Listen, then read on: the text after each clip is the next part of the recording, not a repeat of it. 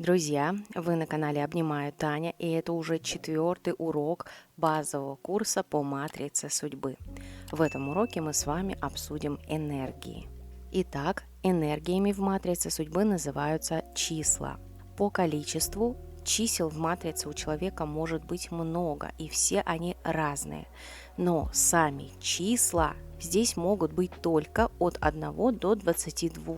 По значениям они соотносятся со старшими арканами Таро, однако есть одно исключение. Относительно самой популярной колоды Таро Артура Уэйта Наталья Ладини, автор метода матрицы судьбы, поменяла местами 8 и 11 арканы. А как их воспринимать, разбирайтесь и решайте сами. Для объективности мы познакомимся с обеими версиями. Итак, старшие арканы Таро. Вы видите перед собой самую популярную колоду Таро, колода Артура Уэйта, а именно старшие арканы. И здесь 8-й аркан – это сила, а 11-й – справедливость или правосудие. Последовательность на самом деле имеет значение. Как уже было сказано ранее, автор метода матрицы судьбы Наталья Ладини изменила этот порядок. Снова-таки повторюсь, что изменила это относительно самой популярной колоды Таро Артура Уэйта. Но есть и другие колоды Таро, в которых этот порядок немножечко другой, где 8 и 11 меняются местами.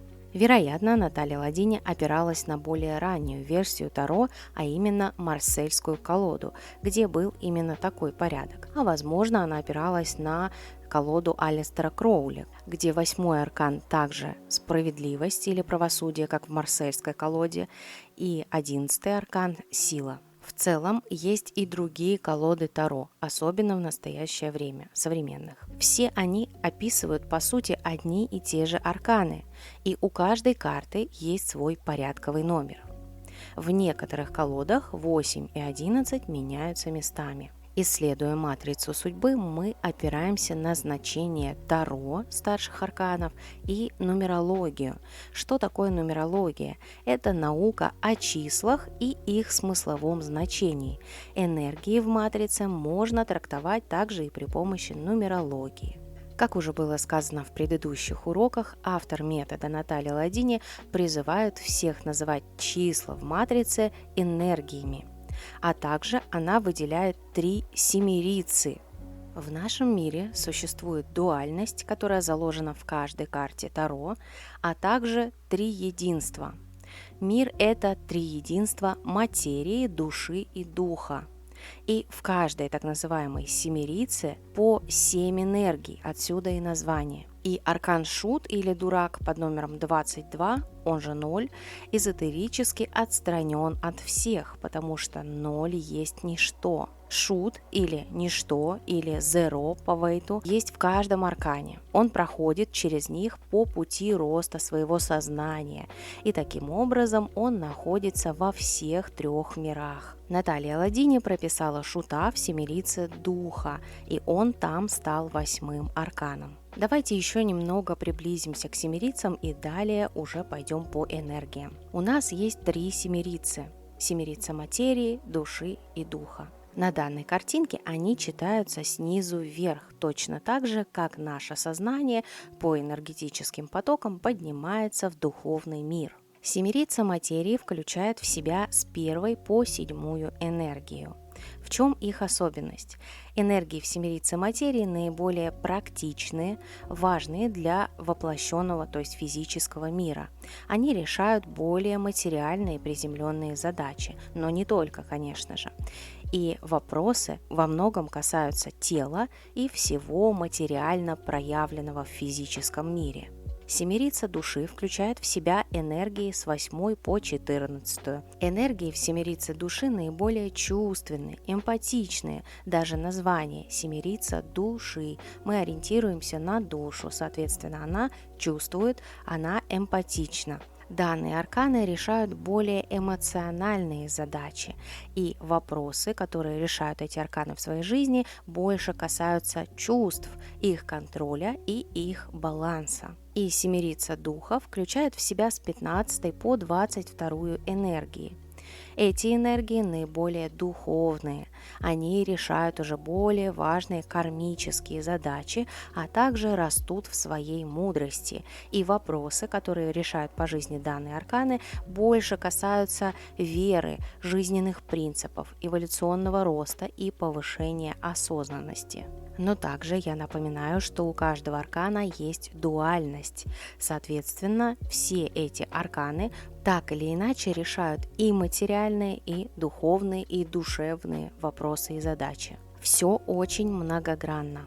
И давайте же посмотрим, как называет энергии в матрице судьбы автор метода Наталья Ладини. Движемся с вами по энергетическим потокам снизу вверх, и первая у нас семерица мира материи. Первая энергия – это энергия волшебника и чудотворца. Второе – это маг. Вторая энергия – единства, равенства и гармонии. Второе – это жрица. Третья энергия – плодородие и зачатие. Императрица. Четвертая энергия власти. Император. Пятая энергия закона. Второе – это жрец или иерофант. Шестая энергия отношений. Влюбленные. Второе. Седьмая энергия движения и победителя. Колесница. Семерица мира души. Мы поднимаемся по энергиям к более сложным задачам. Восьмая энергия справедливости или равновесия. Если смотреть по Уэйту, это карта сила. Девятая энергия мудрости или мудреца. Второе – это отшельник. Десятая энергия потока. Колесо фортуны. 11-я энергия потенциала, по Уэйту это справедливость. 12-я энергия служения и иного взгляда на жизнь, иного видения. Второе – это повешенный. 13-я энергия перерождения. Второе – карта смерти. 14-я энергия исцеления души и искусства. Второе – это умеренность. И семерица мира духа. 15-я энергия проявления или вторая карта дьявола. 16-я энергия духовного пробуждения. Башня. 17-я энергия звезды и творчества. Второе – звезда. Энергия луны и всего тайного. Вторая карта луна. 19-я энергия солнца и света. Второе – тоже карта солнца. 20-я энергия благовещения или благой вести. Второе – это карта суд, прежнее название воскрешение. 21-я энергия Вселенной и расширение. Второе – это карта мир. Ну и та самая 22-я энергия или нулевая энергия свободы.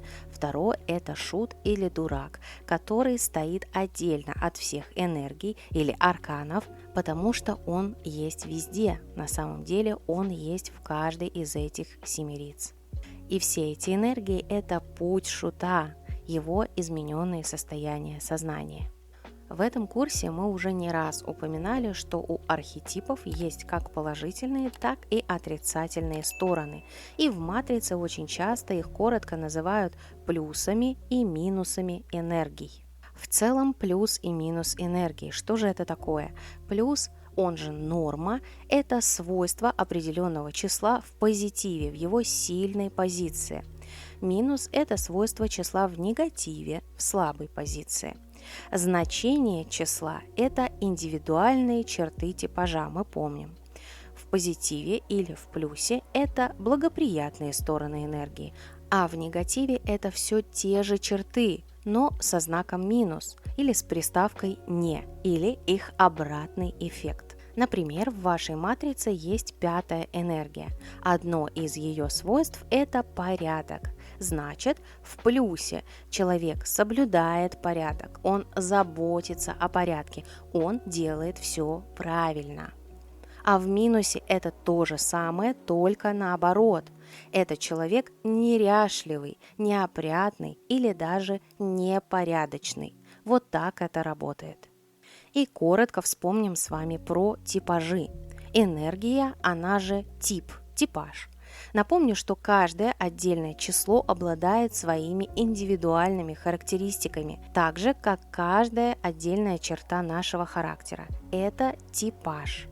А архетип Это собирательный образ всех наших составных кусочков, всех наших ингредиентов, типажей в нашей матрице судьбы. И мы с вами переходим к значению энергии.